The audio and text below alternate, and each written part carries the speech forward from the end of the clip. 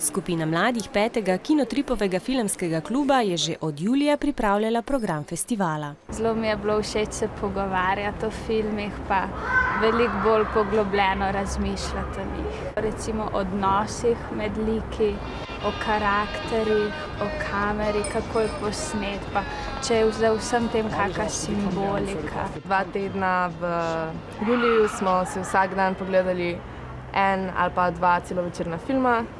Enkrat smo si ogledali tudi program kratkih filmov. Za predvajanje na festivalu so morali izbrati 5 celovečernih in 5 kratkih filmov. Vsi imajo nek motiv vode noter.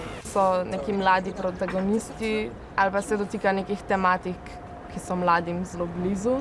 Včeraj so si lahko gledalci ogledali filma Boginja Kresnic in Kokon ter se po videozvezi pogovarjali z režiserkama. K sreči so del spremljevalnega programa izvedli že pred festivalom. Mladi so posneli kratki film Leteča ljubezen, na eni od delavnic pa so snemali videospote. Lana in Sinja sta sicer malce žalostni, da jim ni uspelo izpeljati vsega, kar so si zastavili. Skrbijo tudi zaradi zaprtja kinodvoran.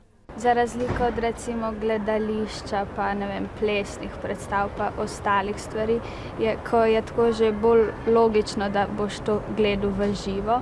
Film je pa vseeno taka stvar, hiter ga lahko najdeš doma in gledaš, ampak ni isto, kot če greš v kino. Enih filmov nikoli ne bi šel gledati doma, če ne bi bili v kinu. A kakorkoli in kjerkoli že, naj vas film zapelje.